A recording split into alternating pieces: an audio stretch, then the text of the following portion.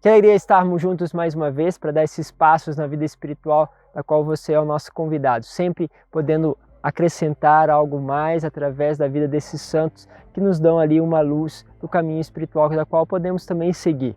Bom, cada dia estamos apresentando um santo, também estamos colocando no canal materiais sobre realmente aquilo que eles escreveram, sobre as suas contribuições da vida espiritual. Se você tem esse desejo de crescimento espiritual, seja bem-vindo a esse canal, se inscreva e participe conosco.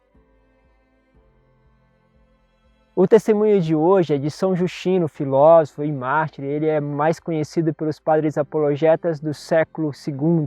A palavra apologeta faz referência justamente a antigos escritores cristãos que propunham defender a religião, o catolicismo, das graves acusações dos pagãos e também dos judeus, difundir a doutrina de Cristo de uma maneira que adapta à cultura de seu tempo, mas sem dúvida, sem deixar perder aquilo que é fundamental e essencial para os tempos. A palavra de Deus ela é concreta e ela ultrapassa todos os tempos. Bom, São Justino nasceu na Palestina no início do século II, quando o cristianismo ainda era estruturado como religião, era um missionário, filósofo, e além de falar, ele escrevia muito bem.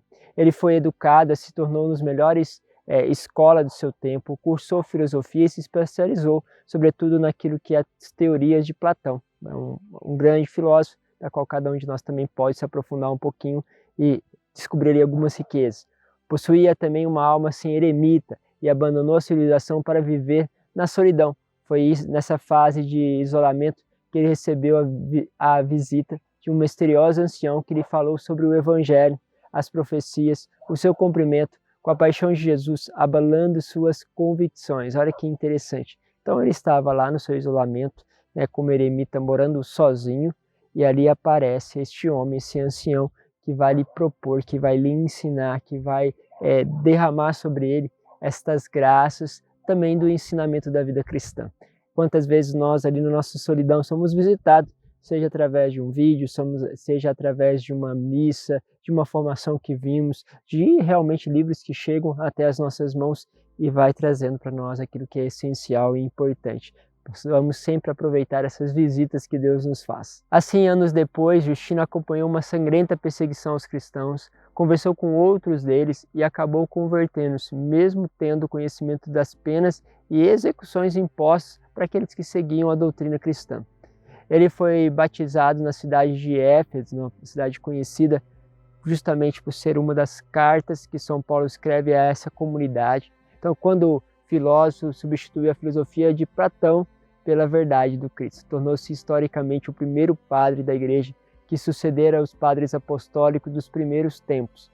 No ano seguinte, Justino estava já em Roma, onde passou a tratar as discussões filosóficas, dirigindo-se para a visão do Evangelho.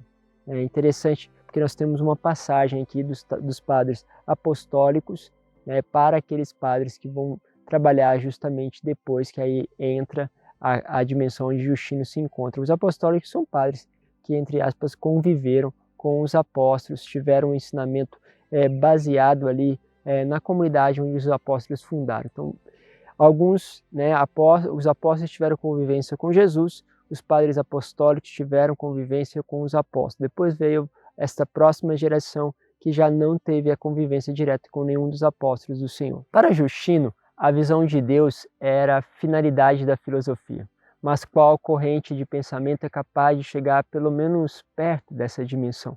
Nessa busca ele bateu a porta de estoicos e pitagóricos, são fontes aí da filosofia, porém ninguém soube oferecer-lhe o meio para atingir aquela meta tão ambiciosa. Decidido a perseguir nesta busca, distante do barulho das cidades, ele escreveu um texto que chama O Conhecimento das Realidades Integradas e a Contemplação das Ideias, que excitavam, entre aspas, a sua mente a este lugar da contemplação, deste encontro com Deus. Justino também deixou muitos livros importantes cujos ensinamentos influenciaram e ainda influenciam na catequese e na doutrina dogmática da Igreja.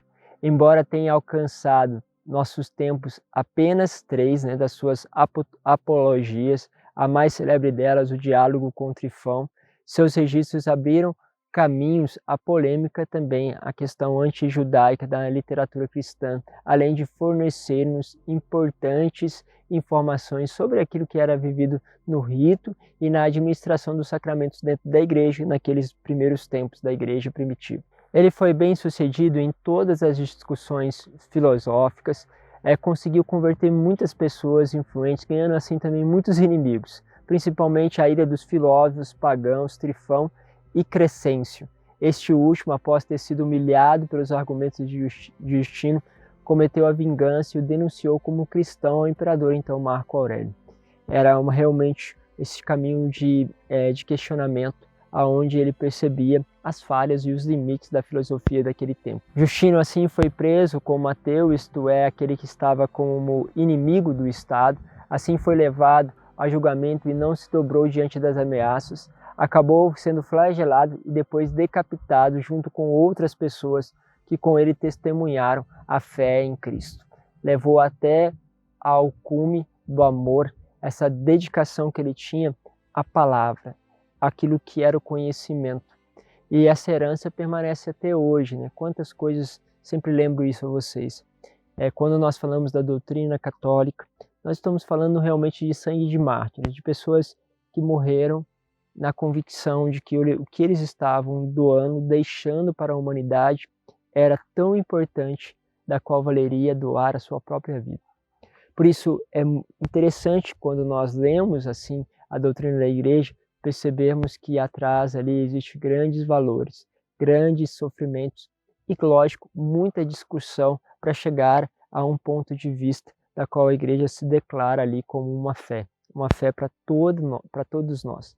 Por isso, sempre quando eu leio, quando eu ouço a história dos santos, principalmente dos primeiros mártires, fico assim tocado por aquilo que são a força e a graça da onde estão fincadas a Igreja de Cristo. Deus vos abençoe, em nome do Pai, do Filho e do Espírito Santo. Amém.